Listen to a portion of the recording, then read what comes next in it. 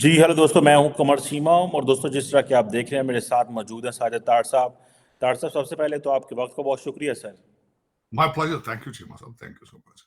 तार साहब, पाकिस्तान के अंदर एक तारीख लिखी जा रही है और अभी जो इलेक्शंस हुए हैं उसके अभी मुकम्मल रिजल्ट नहीं आए, इसके ऊपर भी बड़े क्वेश्चन मार्क लगे हैं। तकरीबन इस वक्त जब मैं आपसे बात कर रहा हूँ तो तकरीबन 225 नेशनल असम्बली की सीटों के रिजल्ट आए हैं आउट ऑफ 265, जिसमें इमरान खान की पार्टी इंडिपेंडेंट्स जो है वो तकरीबन 75 के करीब है। 90 लिखा हुआ है लेकिन उसमें कहा जा रहा है वैसे भी इंडिपेंडेंट्स मौजूद हैं। PMLN 64, peoples party 50।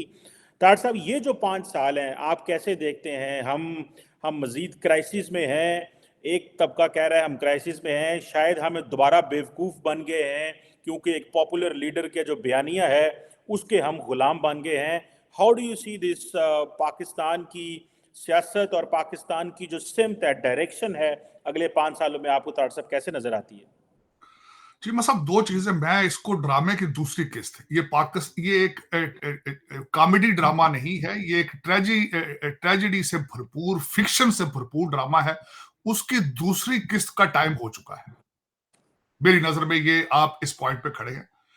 अब मैं इसको फोरकास्ट ये करना चाहूंगा इस तरह कि अब बकरा मंडी का भी ये समझिए कि इस ड्रामे की दूसरी किस्त का नाम है बकरा मंडी। अब बकरा मंडी खुलेगी। जो करप्शन के पैसे आपके इस सिस्टम के अंदर मौजूद है वो हाथ चेंज करेंगे। बस से ये इससे शुरू हो चुका है। वो जो इंडिपेंडेंट का एक ड्रामा है उससे बकरा मंडी बनेगी। इसमें बोरियों के हिसाब से पैसा, करोड़ों के हिसाब से। मैं पिछले सेगमेंट में भूल गया था, मैं मेंशन नहीं कर सका था कि इसमें एक खातून के ऊपर एक रिफत ताहिरा उनका नाम, उनका सुमरो नाम था, जहांगीर तरीन साहब ने उनको, पीटीआई की कैंडिडेट थी, बैठी थी, मैं बताना भूल गया था पिछली दफा। उनके ऊपर एलिगेशन था कि 35 करोड़ रुपया और कनेडियन पीआर उन्होंने अपने इन्वेस्टमेंट के लिहाज से वीजे पे सौदा किया था अपने टिकट का। तो वो एक एक एक रेट उन्होंने सेट कर दिया था उस वक्त, 35 करोड़ रुपया। उन्होंने, पीटीआई की टिकट होल्डर थी लेकिन वो बैठ गई थी, उन्होंने दस्तबरदार हो गई थी। तो अब उसमें उसका दूसरा किस्त शुरू हो चुकी है। अब मैं वो बताना चाहूंगा आपको कि मैंने रात को जब ये इंडिपेंडेंट जीतने शुरू हुए तो मेरी नजरों के सामने दो शख्स आए, तो मैं उनका नाम लेना जरूर समझूंगा। उस्मान बुजदार को मैंने बहुत मिस किया। अब मुझे लग रहा है कि अब उनके छोटे भाई को ढूंढा जाएगा कहीं से। मुझे मोहतरमा फरा गोगी बहुत याद आई, मैंने बहुत याद किया। मैंने कहा काश आज वो पाकिस्तान के अंदर होती तो इलेक्शन अपने पार्टी को अपनी आंखों के सामने जीतता देखती। अब दूसरा जो मैं बताना चाहूंगा कि इस वक्त आप क्या हैं, आप हैं क्या। दो खबरें हैं। एक तो मैं ये आपने अर्ज किया है कि शायद एक ऐसा तबका है जो एक कल्ट बन चुका है। वो कल्ट, और जो दुख वाली बात है, वो मजहबी कल्ट है। वो कल्ट एक नॉर्मल कल्ट नहीं है, वो कामाकाजी कल्ट है। Kamikaze cult. वो कहते मुर्शद है पाकिस्तान, वो कहते मुर्शद नहीं तो पाकिस्तान भी नहीं चाहिए। उन्होंने कहा था काश सियालकोट हमसे हाथ से चला जाता। और उनके मुर्शिद साहब फरमाते थे कि चोरों से बेहतर है पाकिस्तान के ऊपर कोई एटॉमिक अटैक कर दे। ये वो कल्ट है, ये उस कल्ट के हाथों में जा रहे हैं आप। तभी मैंने कहा था कि ट्रेजेडी के ड्रामे की दूसरी किस्त शुरू हो चुकी है जिसका नाम है बकरा मंडी। चीमा साहब, मैं उससे आगे बढ़ना चाहूंगा। बीबीसी और डॉन के ऊपर दोनों पे खबर आ चुकी है इस वक्त कि मेरे जो दूसरे जो वजीर आजम बनने की ख्वाहिश लेकर आए थे, मोहतरम जनाब नवाज शरीफ साहब, बीबीसी और डॉन पे खबर चल रही है कि उन्होंने फरमाया है कि मैं दूसरी पार्टियों के साथ मिलकर हुकूमत बनाने के लिए तैयार हूं। हमें जल्द से जल्द राब्ता किया जाए, डॉलरों पाउंडों की सख्त जरूरत है लंदन के अंदर। तो ये उनका ऐलान ये आया है। लेकिन इसके बाद मैं ये बताना चाहूंगा कि चीमा साहब, आपके बचने की कोई, मुझे किसी तरफ से कोई मुझे उम्मीद नजर नहीं आ रही। आपके क्राइसिस जो है, सबसे पहले इकोनॉमी क्राइसिस है आपका, इकोनॉमिक क्राइसिस। इन सारे लीडरान के मुंह से आज तक आपने कोई लफ्ज सुना हो हमने इकोनॉमी किस तरह ठीक करनी है? नवाज शरीफ साहब ने जब खुडियां कसूर के सामने जलसे में इकट्ठे हुए थे, इन्हें पता था सबसे ज्यादा यूथ सामने खड़ी है, और इन्हें पता है कि यूथ को इंग्लिश और मैथ पढ़ाए बगैर अगली सेंचुरी में Pakistan can not enter into the next century. Pakistan can not grow, any country can not grow without English और मैथ। कंप्यूटर के बगैर आप अगली सेंचुरी में एंटर नहीं हो सकते। इनके मुंह से लफ्ज आपने सुना था, उनका लफ्ज क्या थे? कसूर मैं आपके नाल हूं, आप मेरे नाल हैं। दुख है। उसकी वजह यह है कि 25 करोड़ लोगों का जो एक लेबर कैंप है, उसको चलाने वाले सारे लंदन वासी हैं, सारे लंदन वासी। मेरे मुर्शद के 2 बच्चे भी जो हैं, उन्होंने भी पीटीआई को लंदन से ज्वाइन किया है। ट्वीट उन्होंने लंदन से फरमाई। वो जिहाद करने के लिए पाकिस्तान नहीं आए। अब उसमें ये मैं अगला थोड़ा सा खित्ते के लिहाज से एनालिसिस करना चाहूंगा। आज मेरे बहुत मोहतरम है सुहेल वड़ाइश साहब, जिनका बांग्लादेशी मॉडल भी जो है आज वो भस्म होकर रह गया है। मैं अर्ज ये करना चाहूंगा, मुझे दुख हुआ इस बात पे। पियर्सन मॉर्गन है, जो एक ब्रिटिश हैं जर्नलिस्ट, उनको मेरी बाजी अलीमा ने इंटरव्यू दिया तो मैं उस दिन बड़ा बड़ा गमगीन था, बड़ा दुख था मुझे। वो ये वजह थी कि एक पार्टी जिसका सिर्फ लास्ट नेम के भुट्टो मर ही नहीं रहा है, जिंदा है आज भी, उन्होंने आसफा भुट्टो को भी लॉन्च कर दिया है। दूसरी पार्टी तो खैर वो तो है ही फैमिली एंटरप्राइज है, उनका जुनैद सफदर जो है वो भी तैयारियों में है इस वक्त, उनके लिए भी हल्के की तैयारियां की जा रही हैं। तीसरी मुर्शद पाक की भी पार्टी की रिप्रेजेंटेशन अलीमा बाजी कर रही है। मैं ये पूछना चाहूंगा, आपके पड़ोस में बांग्लादेशी मॉडल का इस वक्त सबसे क्राइसिस जो है हसीना वाजिद, उसको सबसे बड़ा क्राइसिस है, उसका कोई वारिस अभी तक डिक्लेयर नहीं किया गया। 5वीं दफा वो प्राइम मिनिस्टर बन रही। मोदी साहब का वारिस है? तालिबान का वारिस आपको नजर आता है? चीमा साहब, एक वाहिद एक ऐसे बदनसीब मुल्क है आप, एक ऐसा बदकिस्मत मुल्क है। सबसे पहले तो मैं ये चाहूं, मैं जमहूरियत के मुंह पे तमाचा है जो आप ड्रामा करते हैं, और आज से नहीं कर रहे, 1951 से ये कर रहे हैं। ये जो इलेक्शन आप खेलते हैं हर कुछ सालों के बाद, आधा टाइम तो आपको फौजियों ने रूल किया आपको, जो कि एक शर्मिंदगी मैं समझता हूं। लेकिन जो आधा टाइम आपने रूल किया, वहां पे आज तक फेयर इलेक्शन नहीं हुआ। आप ड्रामा इलेक्शन करते हैं।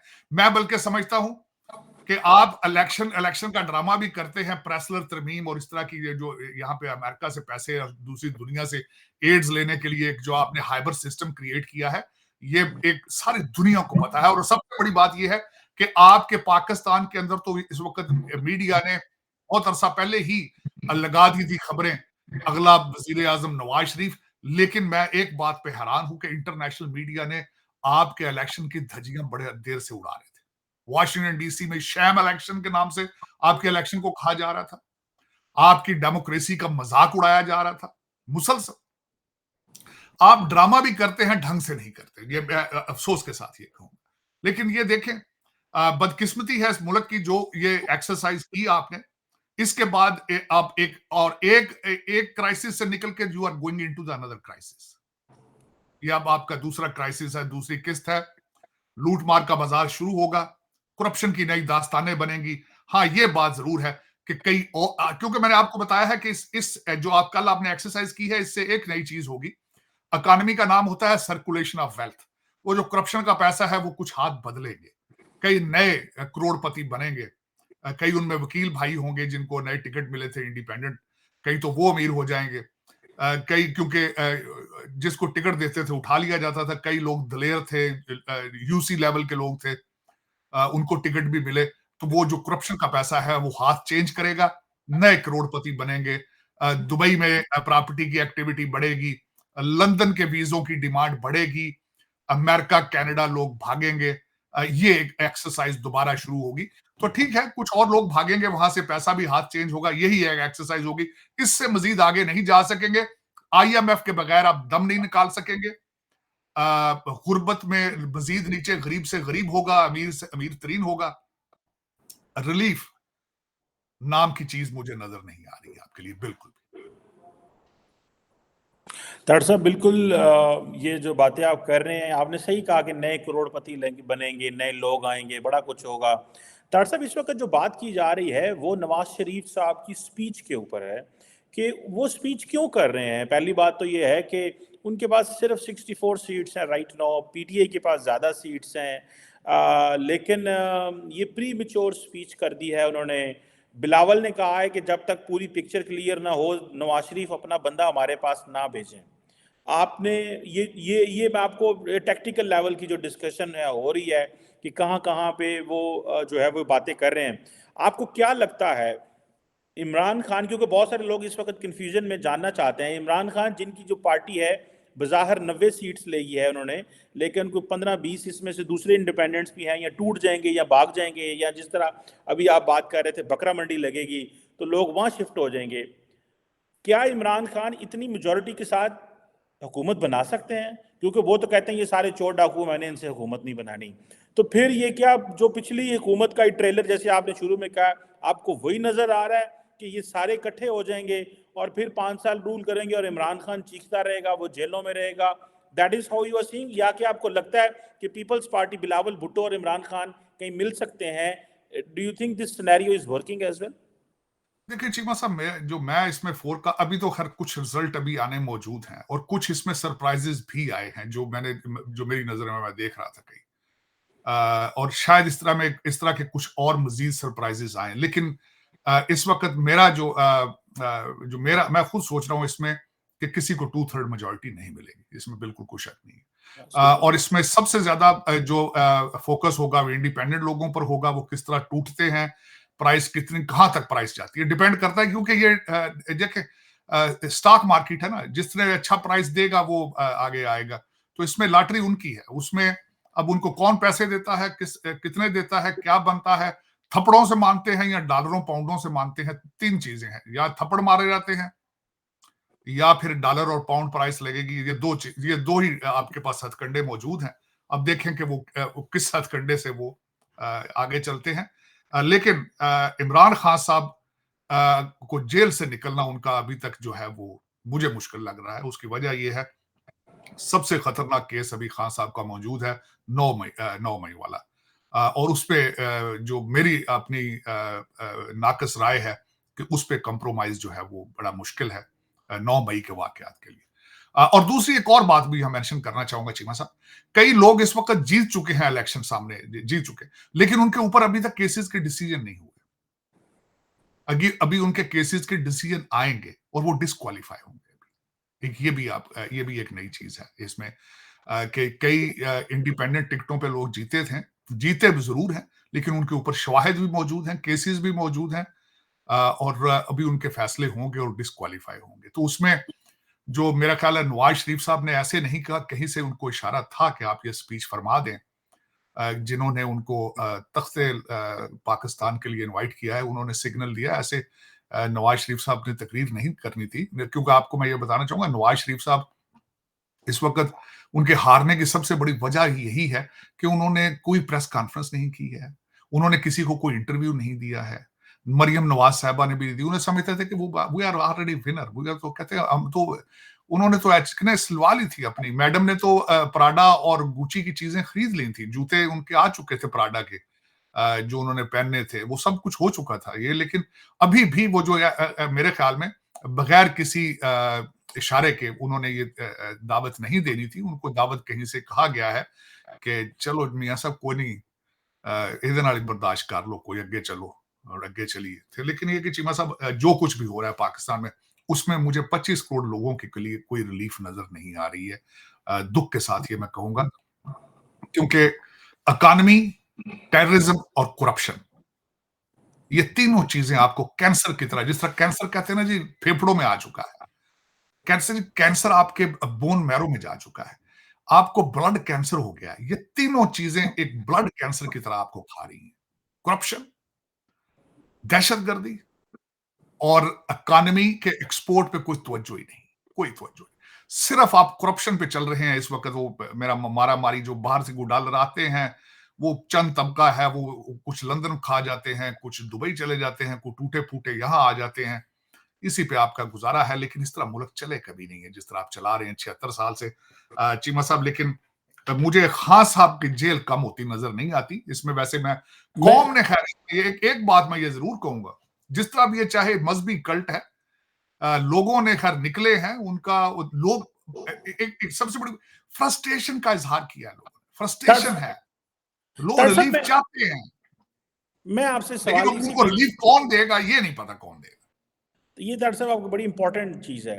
दरअसल ये सवाल मैं आपसे करना चाहता हूँ। मैं ज़ाती तौर पे ये समझता हूँ कि इमरान खान ने, और हमने पहले भी इस पे बात की है, कि पाकिस्तानियों को बेवकूफ़ बनाया है। लोग ये नहीं कहते कि इमरान खान ने क्या तरक्की की है या क्या डेवलपमेंट की है। हम वो एक ही चीज़ है, उनका जो नैरेटिव है आपको पता है, जिन चीज़ों पे चलते हैं। क्वेश्चन ये है, लोग बिल्कुल बाहर निकले हैं, लोग इमरान खान के शिदाई हैं, लोग उनको फॉलो करते हैं।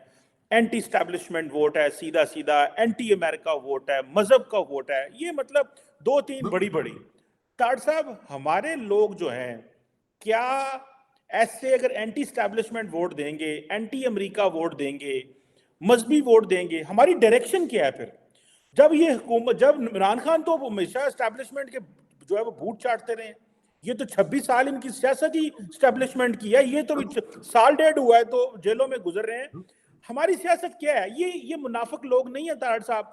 26 साल पहले बूट चाटो, हुकूमत में जाओ, बाहर निकलो, एक साल जेल में जाओ और कहो जी मैं एस्टैब्लिशमेंट के खिलाफ हूं। आप एस्टैब्लिशमेंट की जरूर खिलाफ हो ना, आप सियासी हैं ना, आप किसी और से बात करते हैं।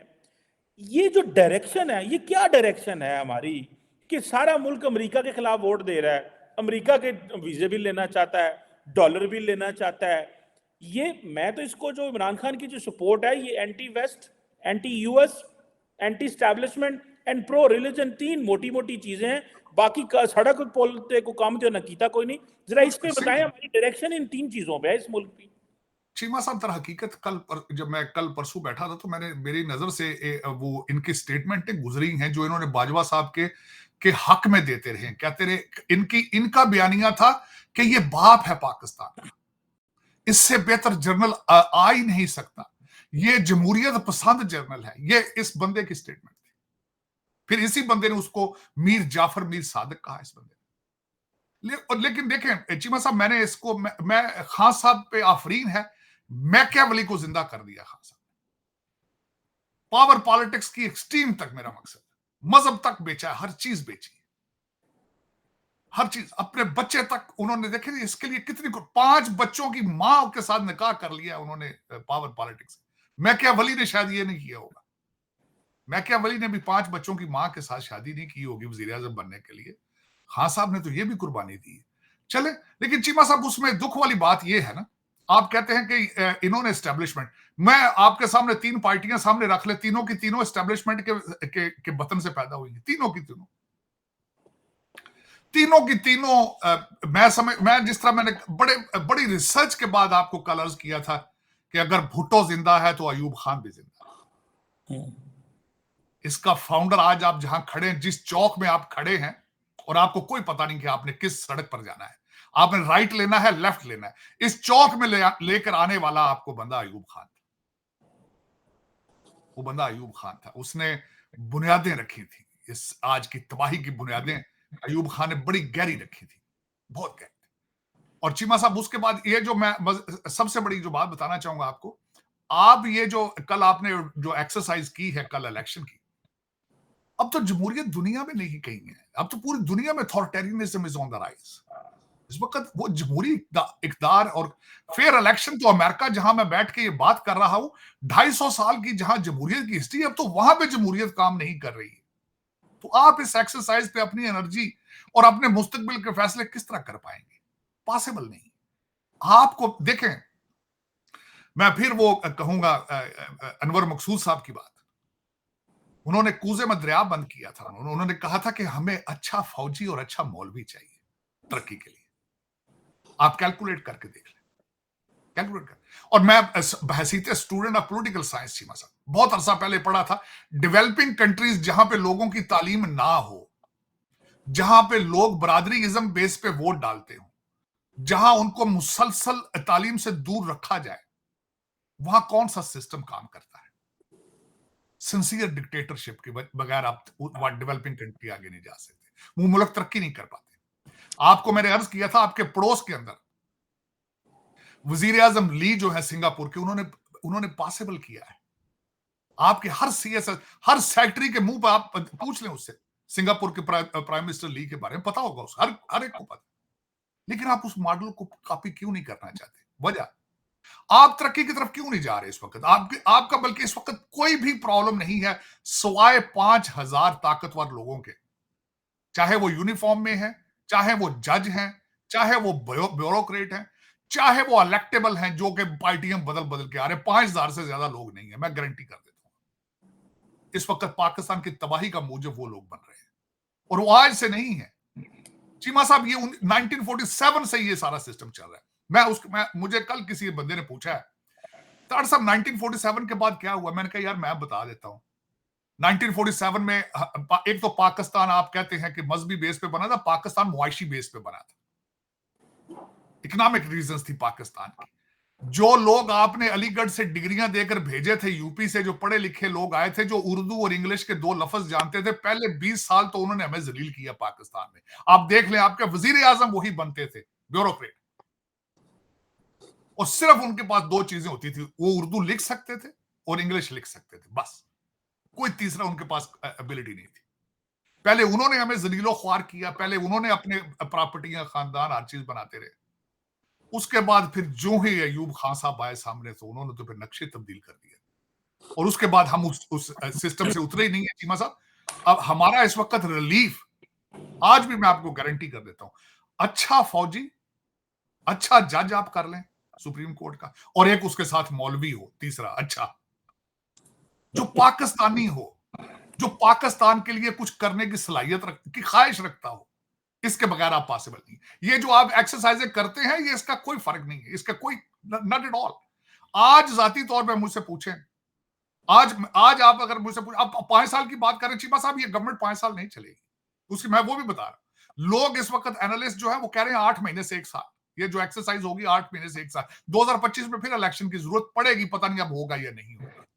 मेरी नजर में अगर आज मेरा कोई सेंसेबल आदमी ये हमारी बातें सुन रहा हो, आपको 1 साल के लिए इकोनॉमिक इमरजेंसी की जरूरत है। आपको 1 साल के लिए टीम ए टीम, ये बी टीम की जो टेक्नोक्रेट गवर्नमेंट है, ये नहीं है। ए टीम आपको चाहिए 1 साल के लिए या 3 साल के लिए, टेक्नोक्रेट गवर्नमेंट। आपकी इंपोर्ट के ऊपर पाबंदी होनी चाहिए।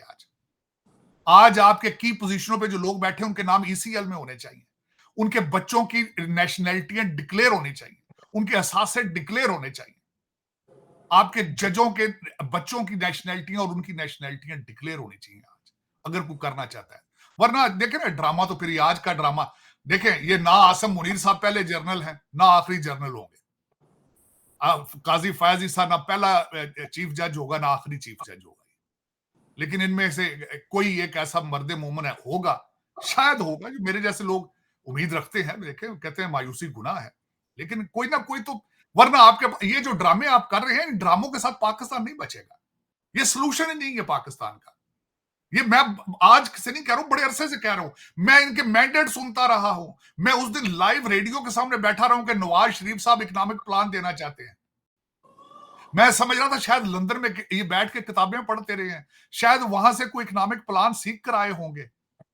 लेकिन मुझे दुख, मैं नहीं सुन सका, कोई 2 लफ्ज भी नहीं सुन सका उनके मुंह से इकोनॉमिक प्लान के हवाले से। मेरा जो बच्चा हमारा बिलावल भुट्टो है, उसके मुंह से एक लफ्ज नहीं मैंने सुना इकोनॉमिक रिकवरी के बारे में, एक लफ्ज नहीं सुना। मेरे इस वक्त उस्मान बुजदार के जो वारसीन है, उनके मुंह से एक लफ्ज नहीं मैंने सुना इकोनॉमी के बारे में। लेकिन एक बात जरूर है, दुख है मेरा इस खान एकेडमी के ऊपर, बहुत दुख है चीमा साहब। इन्होंने लौंडे लपाड़ों को प्रूव कर दिया है कि तुमने किस तरह वीपीएन इस्तेमाल करना है। इन्होंने लौंडे लपाड़ों को ट्रेन कर दिया कि तुमने फेसबुक को किस तरह इस्तेमाल करना है। एक बात नहीं बता सके इनको कि तुमने इस इंटरनेट से कामयाबी किस तरह हासिल करनी है। इस इंटरनेट में फ्री क्लासेस पढ़ी हैं चीमा साहब। कल मैंने किसी को यहां बताया है, कल किसी को मैंने बताया, एक मेरे अजीज ने मुझसे पूछा कि मैं क्या करूं। मैंने कहा यार मैं तो वकील हूं, हाँ मैं देख रहा हूं दुनिया में क्या हो रहा है, पाइथन सीख लो, कंप्यूटर लैंग्वेज है, डाटा एनालिस्ट बन जाओ, डाटा एनालिस्ट बन जाओ, घर से बैठ के काम कर लो। और मैं आज आपको बता देता हूं, 4 मेरे पास वेबसाइटें ऐसी हैं जो फ्री आपको डाटा एनालिसिस के बारे में ये कंप्यूटर लैंग्वेजेस सिखाते हैं। काश ये खान एकेडमी मेरी नस्ल को, पाकिस्तानी लौंडे लपाड़े आवारा जो हैं, इनको ये बताते कि पाइथन सीख लो, डाटा एनालिस्ट बन जाओ, $1-1 लाख तनख्वाह बनती है, साथ पड़ोस में 5 मिलियन कंप्यूटर प्रोग्रामर मौजूद हैं, वहां 1 लाख आर्टिफिशियल इंटेलिजेंस के स्पेशलिस्ट बन रहे हैं। लेकिन खान एकेडमी ने क्या सिखाया है? कट जाओ मर जाओ, जिहाद है, खुलफाए राशिदीन का दौर है और तुम्हारी डेस्टिनी तालिबान है। ताट साहब, इंटरनेशनल पर्सपेक्टिव में बात कर रहा हूँ। आज इंडिया में तो शायद लोग पाकिस्तान पे हंस रहे हैं, इस पे भी कमेंट कीजिएगा। वो देख रहे होंगे कि ये क्या तमाशा बने हुए हैं और कैसे कैसे सियासतदानों ने हमें कहाँ पहुँचा दिया है। आज यूरोपियन यूनियन की भी स्टेटमेंट आई है तार साहब, विच इज़ वेरी सिग्निफिकेंट। वो कहते हैं कि हमने ये महसूस किया है कि इन्वेस्टिगेशन होनी चाहिए जो इलेक्शन इरेगुलरिटीज़ हैं, और उन्होंने ये भी कहा है कि जो ईयू इलेक्शन एक्सपर्ट मिशन आया है उसकी जो रिकमेंडेशन है उन पे इम्प्लीमेंट करें। दैट साहब, वो इसे डिक्टेशन ही कहेंगे ना कि आप एक तो इलेक्शन इरेगुलरिटीज ठीक करें और जो हम रिकमेंडेशंस देंगे उनको इम्प्लीमेंट भी करें, और हमें बताएं कहाँ कहाँ क्या हुआ है। आपने अपने लोगों को जेलों में डाला है, आपने क्या डेमोक्रेटिक का जो प्लुरलिज्म है उसको कॉम्प्रोमाइज किया, democratic values, media, civil society, लोगों को पकड़ा, सब कुछ उन्होंने वो एक इश्तिहार छोटा सा लगाया। एक तो जरा ये बताइएगा इंटरनेशनल कम्युनिटी हमारे बारे में क्या सोच रही होगी, और इंडिया जो हमारा नेबर है उसका मीडिया के साथ में भी आज काफी एंगेजमेंट हुई, वो भी हंस रहे हैं हमारे ऊपर। आप क्या देख रहे हैं? Narendra Modi, doctor Jaishankar, international community कैसे देख रही है पर्टिकुलरली ये जो 2 दिन के इवेंट्स हैं? चीमा साहब देखें, मैं अज्यूम करना चाहूंगा कि आज हमारे भारतीय दोस्त क्या कर रहे हो, पहले हंसते होंगे फिर बाद में रोते होंगे। वो हंसते इसलिए होंगे कि ये क्या ड्रामा है यार, ये क्या हो क्या रहा है। रोते इसलिए होंगे कि हम तरक्कियों पे जा रहे हैं, पड़ोस में आग लगी हुई है, पड़ोस का कोई फ्यूचर ही नहीं है। एक ऐसा कंट्री जिसके साथ हमारा बॉर्डर अटैच है और वो फ्यूचरलेस है, होपलेस है, ये उनकी फीलिंग्स ये होंगी। दूसरा चीमा साहब, मैं ये बताना चाहूंगा कि इंटरनेशनल मीडिया इसको किस तरह रिपोर्ट करता रहा है। सबसे पहले जब मेरी कल आंख खुली है, जब आप अर्ली स्टेजेस पे था, मैं बताना चाहूंगा आपको, वो कहते थे वहां सोल्जर ज्यादा है, वोटर कम है। फिर उसके बाद उन्होंने एक हल्का नंबर कराची का पोलिंग स्टेशन 81 मेंशन किया गया है कि 2 बजे के बाद तक वहां पे पोलिंग स्टार्ट ही नहीं हुई थी। आप ये समझते हैं ना, आपको ये सबसे बड़ा प्रॉब्लम है। पाकिस्तानी ये फराडिये जो हैं, इनको ये समझते हैं कि सारी दुनिया नाक में रोटियां डाल रही है, हम सबसे ज्यादा स्मार्ट हैं, हमने बेवकूफ आईएमएफ वाले पैसे देते हैं, हमने इनको बेवकूफ बनाया। ये आपका परसेप्शन आईएमएफ के बारे में ये है। आपके अफसरान, आपके ये जो जितने फराडिये किस्म के ये कई जो फॉरेन सेक्रेटरी क्वालिफाइड हैं ऑक्सफोर्ड के और ये सारे हार्वर्ड के, ये समझते हैं हमने आईएमएफ को बेवकूफ बनाया, ये नाक में रोटियां डाल रहे। अगलों ने 81 पोलिंग स्टेशन कराची का मेंशन किया है कल इंटरनेशनल मीडिया पे। फिर उन्होंने कहा कि कई पोलिंग स्टेशंस के ऊपर बैलेट ही खत्म हो गए थे। आप ये समझ रहे हैं कि सारा ड्रामा, ये people are not watching it. आप ये समझते नहीं है कि जब आप पासपोर्ट लेके अपना बाहर जाते हो तो थप्पड़ मुंह पे किस तरह पड़ते हैं, क्यों मारते हैं दुनिया, क्यों कहते हैं वो निकाल लेते हैं लाइनों से आपको, कहते हैं इधर आ जाओ भाई, क्यों आज कहते हैं कि क्या वजह है? ये वजूहात है। तो चीमा साहब, दर हकीकत मैं हमेशा ये कहता हूं, मैं वाहिद एक ऐसा इंसान हूं जो देख रहा हूं मुसलसल अमेरिका में देख के, और मेरी सारी जिंदगी का रिजल्ट ये है, Nations can not survive without nationalism. और आपने 1947 से इस चीज के, आपको नेशनलिज्म का पता ही नहीं। दर हकीकत आपको आइडेंटिटी का क्राइसिस है चीमा साहब। ओरिजिनली इन सारे मसाइल के अंदर एक मसला आपकी आइडेंटिटी का भी है। आप सुबह उठते हैं, कहते हैं हम अरबी हैं, दोपहर को आप बन जाते हैं अफगानी, आप बन जाते हैं, आप फौरन उसी वक्त आप गौरी बन जाते हैं दोपहर वक्त, और रात के वक्त सोने से पहले आप 2 ड्रिंक लेकर तो आप फिर उसके वक्त कोई और तीसरी चीज बन जाते हैं। आप दिन के टाइम 3-3 किस्म के दौरे पड़ते हैं आपको। कभी आप फैसलाबाद बना लेते हैं, कभी बच्चों के नाम उसामा बिन लादेन रख देते हैं, और शाम के वक्त 2 ड्रिंक लेकर आप पंजाबी बन जाते हैं। 3 किस्म के दौरे आपको पड़ते हैं। आपको क्राइसिस है इस वक्त चीमा साहब। यू डोंट नो वेयर आप, मैं गारंटी कर देता हूं 25 करोड़ लोगों को पता नहीं है कि हमारी डायरेक्शन क्या है, हम चाहते क्या है, क्या चाहते हैं। मेरा ये क्वेश्चन है कि एक ऑक्सफोर्ड ग्रेजुएट बंदा बाहर से आया था, उसने जिन्हों के साथ 3.5 साल हुकूमत चलाई, उसकी अपनी डायरेक्शन तालिबान है। ये जो आपका रेवोल्यूशन आज आया, आप कह रहे हैं ना रेवोल्यूशन ही आया ना आज, उस रेवोल्यूशन की डायरेक्शन तालिबान है चीमा साहब। वो अय्या का नाबदू अय्या का नस्ताइन, वो कहता है कि तालिबान ने जंजीरें तोड़ दी हैं। आपने जश्न मनाए थे तालिबान पे। आप वो अब ये तो तालिबान की मेहरबानी, उन्होंने कहा परा करो, तुसी कौन हो यार? उन्होंने कहा तो आप तो तुम तो मुसलमान ही नहीं हो। वो कहते हैं तालिबान आपके बारे में। लेकिन आपको मैंने बताया है, यू हैव आइडेंटिटी क्राइसिस। आपको क्या जरूरत थी तालिबान? आज भी तालिबान का मॉडल आप क्यों बनना चाहते हैं Taliban? You just name me one single thing. अब क्या क्या वजह है, क्या अट्रैक्शन आपको नजर आ रही है तालिबान बनने में? मैं मान लेता हूं, ठीक है, खान साहब, खान तालिबान नाम था ना उनका, और बच्चे भी तो बुलाओ ना यहां पे फिर आपने लंदन से। मेरे बच्चे को कहते हो कि तुम जिहाद करना है तुमने, ये सियासत नहीं है। कासम को भी बुलाओ, सुलेमान को भी बुलाओ ना। मेरे बच्चों की छातियों क्यों आगे करते हो गोलियों के लिए? यही ट्रेजेडी चीमा साहब। और 25 करोड़ लोग इस वक्त जो है सारे सारे नशे में है। मेरी नजर में ये सारा जो कुछ हुआ है, ये सारी एक बेवकूफी की अलामत है। मैं I am sorry to say that, लेकिन ये कि चीमा साहब, इसमें किसी साइड से भी मैं जरब नीचे से ऊपर देता हूं, ऊपर से नीचे देता हूं, मुझे कोई इसमें से आपकी बचत नजर नहीं आ रही है। मैं कोई भी फार्मूला केमिस्ट्री का लगा लूं, मैथ का, उसमें मुझे आपकी बचत होती नजर नहीं है। बचत की हालत सिर्फ और सिर्फ दो बंदों के हाथ में है, जनरल आसम मुनीर, काजी फैजी साहब। बिल्कुल सही कह रहे हैं तार साहब। जनरल आसम मुनीर पाकिस्तान के चीफ ऑफ आर्मी स्टाफ, और जो पाकिस्तान की अनफॉर्चुनेटली हमारे सियासतदानों ने हमें यहाँ पे लाके खड़ा कर दिया है कि हमें अनइलेक्टेड इंस्टीट्यूशंस के पास जाना पड़ता है अपने सॉल्यूशंस के लिए। ना ये बैठते हैं, ना ये बात करते हैं, कॉम्प्रोमाइज़ हो गए हैं, इनको कॉम्प्रोमाइज़ कर दिया गया है, जो भी है। लेकिन तार साहब, हम एक ऐसी पोजीशन में आ गए हैं कि अब हमारे लोग जो हैं वो अनइलेक्टेड इंस्टीट्यूशंस पे जाते हैं और हम एक डेमोक्रेटिक एक्सरसाइज भी करते हैं। ये भी हमारा एक बहुत बड़ा अलमी है। दुनिया हमारे ऊपर क्वेश्चन मार्क लगा के बैठी हुई है। हमें इमीडिएटली इस पॉलिटिकल एंड फाइनेंशियल क्राइसिस से निकलना है, वरना आपकी बात सही है, 25 करोड़ जो लोगों की डायरेक्शन है वो पता नहीं क्या और किधर जाने को तैयार है वो। और चंद लोगों ने बस हमें, हमारे दिमागों को यरकमाल बना लिया है। और फिर सीधी गल करियो ना, साढ़े ते जादू ही हो गया साठ साहब। साढ़े ते जादू हो गया, मतलब ये लेकिन चीमा साहब इंसान एक गल नहीं समझ आई ना, इस जादू ਦੇ ਨਾਲ ਫੈਕਟਰੀਆਂ ਕਿਉਂ ਨਹੀਂ ਲਾ ਲੈਂਦੇ? ਇਸ ਜਾਦੂ ਦੇ ਨਾਲ ਕਾਲਾ ਜਾਦੂ ਇਹਦੇ ਨਾਲ ਬੱਚਿਆਂ ਨੂੰ ਆਰਟੀਫੀਸ਼ੀਅਲ ਇੰਟੈਲੀਜੈਂਸ ਸਿਖਾ ਦਿਓ। ਇਸ ਜਾਦੂ ਦੇ ਨਾਲ ਤੁਸੀਂ ਆਪਣਾ ਆਈਐਮਐਫ ਨੂੰ ਵੀ ਕਾਬੂ ਕਰ ਲਓ। इस जादू के नाल दहशतगर्दी भी अपनी ठीक कर लो, अगर जादू इस तरह काम करता है। अगर जज बशीर गिर सकता है पीरनी के जिनों से, तो वो पीरनी को खुदा का ना ही आईएमएफ को एक जिन भेज इधर आईएमएफ वाले पास। ਉਹਨੂੰ ਜਿੰਨਾ ਅਮਰੀਕਾ ਦਾ ਵੀਜ਼ਾ ਲਵਾ ਤੇ ਉਹਨੂੰ ਉੱਥੇ ਭੇਜ ਹੈ। बिल्कुल, थैंक यू वेरी मच साहिदार साहब sir, it's always pleasure talking to you, आपको वॉशिंग सर, थैंक यू।